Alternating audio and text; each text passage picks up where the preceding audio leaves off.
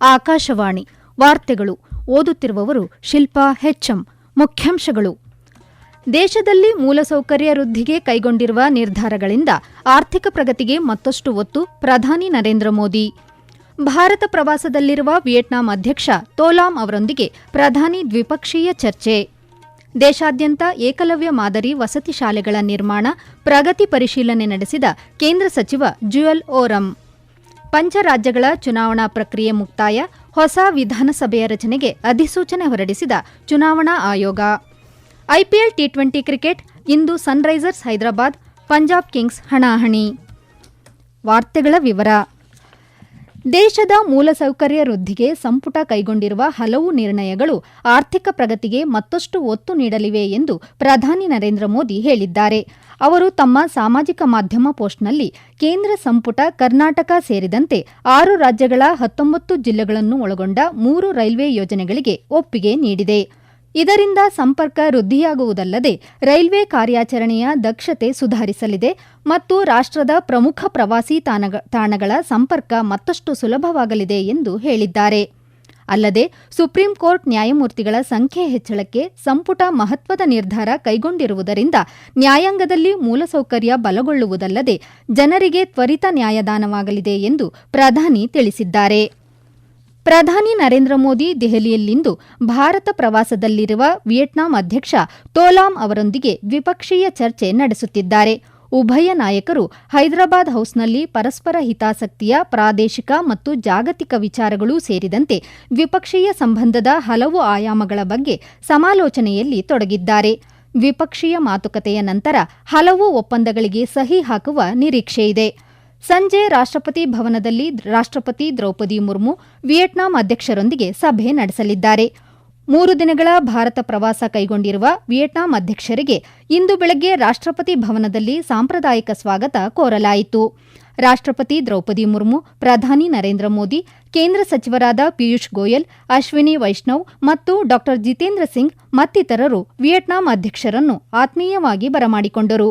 ಆನಂತರ ವಿಯೆಟ್ನಾಂ ಅಧ್ಯಕ್ಷರು ರಾಜ್ಘಾಟ್ಗೆ ಭೇಟಿ ನೀಡಿ ರಾಷ್ಟ್ರಪಿತ ಮಹಾತ್ಮ ಗಾಂಧೀಜಿಯವರ ಸ್ಮಾರಕಕ್ಕೆ ಪುಷ್ಪನಮನ ಸಲ್ಲಿಸಿದರು. ಕೇಂದ್ರ ಬುಡಕಟ್ಟು ವ್ಯವಹಾರಗಳ ಸಚಿವ ಜುಯಲ್ ಓರಂ ದೆಹಲಿಯಲ್ಲಿಂದು ದೇಶಾದ್ಯಂತ ಏಕಲವ್ಯ ಮಾದರಿ ವಸತಿ ಶಾಲೆಗಳ ನಿರ್ಮಾಣ ಕುರಿತ ಪ್ರಗತಿ ಪರಿಶೀಲನಾ ಸಭೆ ನಡೆಸಿದರು. ಸಭೆಯಲ್ಲಿ ಮಾದರಿ ವಸತಿ ಶಾಲೆಗಳ ನಿರ್ಮಾಣದ ತಳಮಟ್ಟದಲ್ಲಿ ನಡೆಯುತ್ತಿರುವ ಕಾಮಗಾರಿಗಳು, ಅವುಗಳ ಗುಣಮಟ್ಟದ ಕುರಿತು ಪರಿಶೀಲನೆ ನಡೆಸಲಾಯಿತು ಎಂದು ಸಚಿವರು ತಮ್ಮ ಸಾಮಾಜಿಕ ಜಾಲತಾಣದಲ್ಲಿ ವಿವರವನ್ನು ಹಂಚಿಕೊಂಡಿದ್ದಾರೆ. ನಿರ್ಮಾಣ ಯೋಜನೆ ಉತ್ತಮ ಗುಣಮಟ್ಟದೊಂದಿಗೆ ಸಕಾಲದಲ್ಲಿ ಪೂರ್ಣಗೊಳ್ಳಬೇಕು ಹಾಗೂ ಬುಡಕಟ್ಟು ವಿದ್ಯಾರ್ಥಿಗಳಿಗೆ ವಿಶ್ವದರ್ಜೆಯ ಶೈಕ್ಷಣಿಕ ಮೂಲಸೌಕರ್ಯ ಒದಗಿಸಲು ಸರ್ಕಾರ ಬದ್ಧವಿದೆ ಎಂದು ಸಚಿವರು ಪುನರುಚ್ಚರಿಸಿದ್ದಾರೆ. ಪಶ್ಚಿಮ ಬಂಗಾಳ, ಅಸ್ಸಾಂ, ಕೇರಳ, ತಮಿಳುನಾಡು ಮತ್ತು ಪುದುಚೇರಿ ರಾಜ್ಯಗಳಲ್ಲಿ ವಿಧಾನಸಭಾ ಚುನಾವಣಾ ಪ್ರಕ್ರಿಯೆ ಮುಕ್ತಾಯಗೊಂಡಿರುವುದರಿಂದ ಚುನಾವಣಾ ಆಯೋಗ ಹೊಸ ವಿಧಾನಸಭೆಯ ರಚನೆಗೆ ಅಧಿಕೃತ ಅಧಿಸೂಚನೆಯನ್ನು ಹೊರಡಿಸಿದೆ. ಈ ಕುರಿತಂತೆ ಆಯಾ ರಾಜ್ಯಗಳ ಚುನಾವಣಾಧಿಕಾರಿಗಳು ಎಲ್ಲ 5 ರಾಜ್ಯಗಳ ರಾಜ್ಯಪಾಲರು ಹಾಗೂ ಕೇಂದ್ರಾಡಳಿತ ಪ್ರದೇಶದ ಲೆಫ್ಟಿನೆಂಟ್ ಗವರ್ನರ್ಗಳಿಗೆ ಚುನಾವಣಾ ಪ್ರಕ್ರಿಯೆ ಮುಕ್ತಾಯದ ಕುರಿತು ಹಾಗೂ ಹೊಸ ಸರ್ಕಾರಗಳ ರಚನೆಗೆ ಅನುವು ಮಾಡಿಕೊಡುವಂತೆ ಅಧಿಸೂಚನೆಯನ್ನು ರವಾನಿಸಿದ್ದಾರೆ. 5 ರಾಜ್ಯಗಳ ಚುನಾವಣಾ ಫಲಿತಾಂಶ ಹೊರಬಿದ್ದು ಪ್ರಕ್ರಿಯೆ ಪೂರ್ಣಗೊಂಡ ನಂತರ ಅಧಿಸೂಚನೆ ಹೊರಡಿಸಿರುವುದು ಅತ್ಯಂತ ಪ್ರಮುಖ ಸಾಂವಿಧಾನಿಕ ಕ್ರಮವಾಗಿದೆ. ಇದರೊಂದಿಗೆ ಚುನಾವಣಾ ಆಯೋಗದ ಕರ್ತವ್ಯಗಳೆಲ್ಲ ಪೂರ್ಣಗೊಂಡಿದ್ದು ಇನ್ನು ಹೊಸ ವಿಧಾನಸಭೆಗಳ ರಚನೆಗೆ ಹಾದಿ ಸುಗಮವಾಗಿದೆ ಎಂದು ಚುನಾವಣಾ ಆಯೋಗದ ಅಧಿಕಾರಿಗಳು ತಿಳಿಸಿದ್ದಾರೆ. ಮುಂದಿನ ಹಂತದಲ್ಲಿ ಆಯಾ ರಾಜ್ಯಗಳ ರಾಜ್ಯಪಾಲರುಗಳು ಬಹುಮತ ಪಡೆದಿರುವ ಪಕ್ಷಗಳಿಗೆ ಹೊಸ ಸರ್ಕಾರಗಳ ರಚನೆಗೆ ಅವಕಾಶ ಮಾಡಿಕೊಡುವುದು ಸಾಂವಿಧಾನಿಕ ಕರ್ತವ್ಯವಾಗಿದೆ. ಭಾರತವು ಪ್ರಜಾಪ್ರಭುತ್ವ ರಾಷ್ಟ್ರವಾಗಿದ್ದು ಅದನ್ನು ಸದಾ ಎಲ್ಲರೂ ಗೌರವಿಸಬೇಕು ಎಂದು ಭಾರತೀಯ ಜನತಾ ಪಕ್ಷ ತಿಳಿಸಿದೆ. ಪಶ್ಚಿಮ ಬಂಗಾಳದ ನಿರ್ಗಮಿತ ಮುಖ್ಯಮಂತ್ರಿ ಮಮತಾ ಬ್ಯಾನರ್ಜಿ ರಾಜೀನಾಮೆ ನೀಡಲು ನಿರಾಕರಿಸಿರುವ ಹೇಳಿಕೆ ಕುರಿತಂತೆ ಪ್ರತಿಕ್ರಿಯಿಸಿರುವ ಬಿಜೆಪಿ ವಕ್ತಾರ ಸಂಬೀತ್ ಪಾತ್ರಾ ಅಂತಹ ಹೇಳಿಕೆಗಳು ಅರಾಜಕತೆಯಿಂದ ಕೂಡಿವೆ ಎಂದು ಬಣ್ಣಿಸಿದ್ದಾರೆ. ಅಲ್ಲದೆ ಅಂತಹ ಹೇಳಿಕೆಗಳನ್ನು ನೀಡುವಾಗ ಬಹಳ ಸಂಯಮದಿಂದ ನಡೆದುಕೊಳ್ಳಬೇಕಾಗುತ್ತದೆ ಎಂದು ಪ್ರತಿಕ್ರಿಯಿಸಿದ್ದಾರೆ. ಈ ವಾರ್ತೆಗಳನ್ನು ಆಕಾಶವಾಣಿಯಿಂದ ಕೇಳುತ್ತಿದ್ದೀರಿ. ನಮ್ಮ ಎಲ್ಲಾ ರಾಷ್ಟ್ರೀಯ ವಾರ್ತೆಗಳು ಹಾಗೂ ಪ್ರದೇಶ ಸಮಾಚಾರ ಈಗ ಆಕಾಶವಾಣಿ ನ್ಯೂಸ್ ಕನ್ನಡ ಯೂಟ್ಯೂಬ್ ಚಾನೆಲ್ನಲ್ಲಿ ಲಭ್ಯ. ನಮ್ಮ ಎಕ್ಸ್ ಖಾತೆ ಮತ್ತು ಇನ್ಸ್ಟಾಗ್ರಾಂ ಖಾತೆ ಆಕಾಶವಾಣಿ ನ್ಯೂಸ್ ಕನ್ನಡ. ಹೆಚ್ಚಿನ ಮಾಹಿತಿಗಾಗಿ ನಮ್ಮ ಫೇಸ್ಬುಕ್ ಖಾತೆ AIR ಕನ್ನಡ ನ್ಯೂಸ್ ಅನುಸರಿಸಿ. ಮಾಹಿತಿಯ ಹೂರಣ ವಾರದ ಕಾರ್ಯಕ್ರಮ ಪ್ರಚಲಿತ ವಿದ್ಯಮಾನ ಪ್ರತಿ ಬುಧವಾರ 9:15.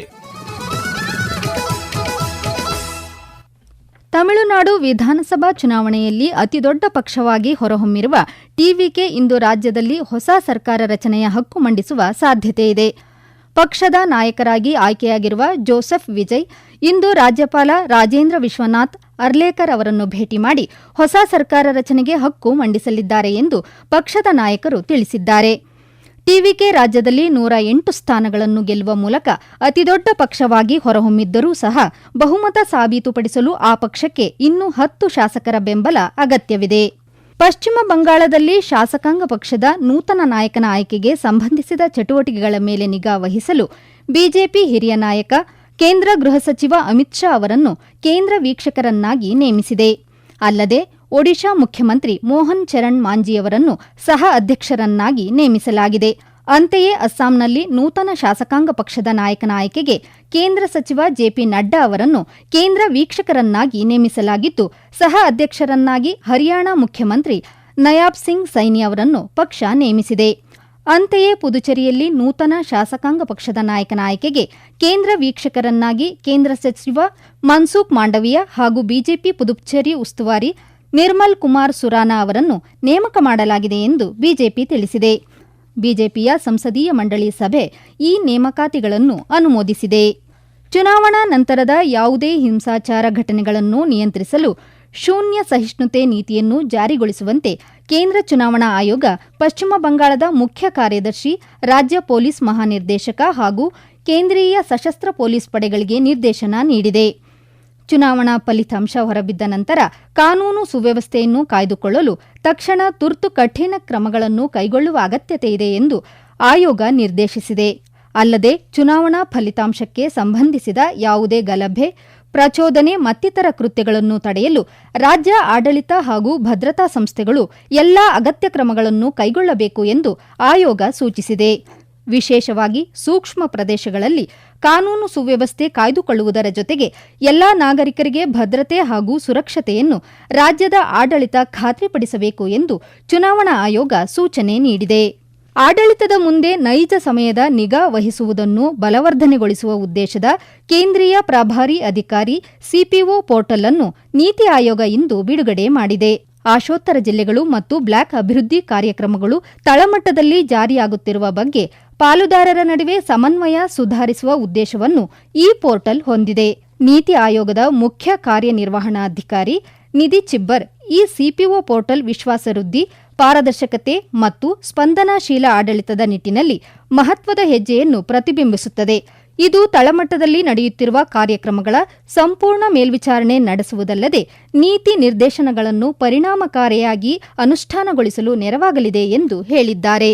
ಹೈದರಾಬಾದ್ನ ರಾಜೀವ್ ಗಾಂಧಿ ಅಂತಾರಾಷ್ಟೀಯ ಕ್ರೀಡಾಂಗಣದಲ್ಲಿಂದು ನಡೆಯಲಿರುವ ಐಪಿಎಲ್ ಟಿ20 ಕ್ರಿಕೆಟ್ ಪಂದ್ಯದಲ್ಲಿ ಸನ್ರೈಸರ್ಸ್ ಹೈದರಾಬಾದ್ ಹಾಗೂ ಪಂಜಾಬ್ ಕಿಂಗ್ಸ್ ತಂಡಗಳು ಮುಖಾಮುಖಿಯಾಗಲಿವೆ. ಪಂದ್ಯ ರಾತ್ರಿ 7:30 ಆರಂಭವಾಗಲಿದೆ. ಭಾರತದ ನಿರಂತರ ಸಾಗರ ಸಹಭಾಗಿತ್ವದ ಭಾಗವಾಗಿ ಭಾರತೀಯ ನೌಕಾಪಡೆಯ ಹಡಗು ಸುನೈನಾ ಮ್ಯಾನ್ಮಾರ್ನ ಯಾಂಗೂನ್ ಬಂದರನ್ನು ತಲುಪಿದೆ. ಈ ನೌಕೆಯ ಭೇಟಿ ನೌಕಾಪಡೆಯ ಮುಖ್ಯಸ್ಥ ಅಡ್ಮಿರಲ್ ದಿನೇಶ್ ಕೆ ತ್ರಿಪಾಠಿ ಅವರ ಭೇಟಿಯೊಂದಿಗೆ ಹೊಂದಿಕೆಯಾಗುತ್ತಿದ್ದು, ಇದರಿಂದ ಭಾರತ ಮತ್ತು ಮ್ಯಾನ್ಮಾರ್ ನಡುವಿನ ದ್ವಿಪಕ್ಷೀಯ ಸಾಗರ ಸಹಭಾಗಿತ್ವದ ಮತ್ತಷ್ಟು ಬಲವರ್ಧನೆಯಾಗಲಿದೆ ಎಂದು ನಿರೀಕ್ಷಿಸಲಾಗುತ್ತಿದೆ. ಈಗ ಕೊನೆಯಲ್ಲಿ ಮತ್ತೊಮ್ಮೆ ಮುಖ್ಯಾಂಶಗಳು. ದೇಶದಲ್ಲಿ ಮೂಲಸೌಕರ್ಯ ವೃದ್ಧಿಗೆ ಕೈಗೊಂಡಿರುವ ನಿರ್ಧಾರಗಳಿಂದ ಆರ್ಥಿಕ ಪ್ರಗತಿಗೆ ಮತ್ತಷ್ಟು ಒತ್ತು, ಪ್ರಧಾನಿ ನರೇಂದ್ರ ಮೋದಿ. ಭಾರತ ಪ್ರವಾಸದಲ್ಲಿರುವ ವಿಯೆಟ್ನಾಂ ಅಧ್ಯಕ್ಷ ತೋಲಾಮ್ ಅವರೊಂದಿಗೆ ಪ್ರಧಾನಿ ದ್ವಿಪಕ್ಷೀಯ ಚರ್ಚೆ.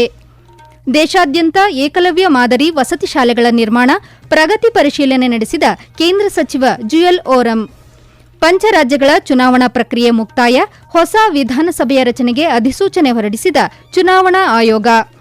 ಐಪಿಎಲ್ ಟಿ20 ಕ್ರಿಕೆಟ್ ಇಂದು ಸನ್ರೈಸರ್ಸ್ ಹೈದರಾಬಾದ್ ಪಂಜಾಬ್ ಕಿಂಗ್ಸ್ ಹಣಾಹಣಿ. ಇಲ್ಲಿಗೆ ವಾರ್ತಾ ಪ್ರಸಾರ ಮುಕ್ತಾಯವಾಯಿತು. ನಮ್ಮ ಮುಂದಿನ ವಾರ್ತಾ ಪ್ರಸಾರ 2:30 ನಿಮಿಷಕ್ಕೆ.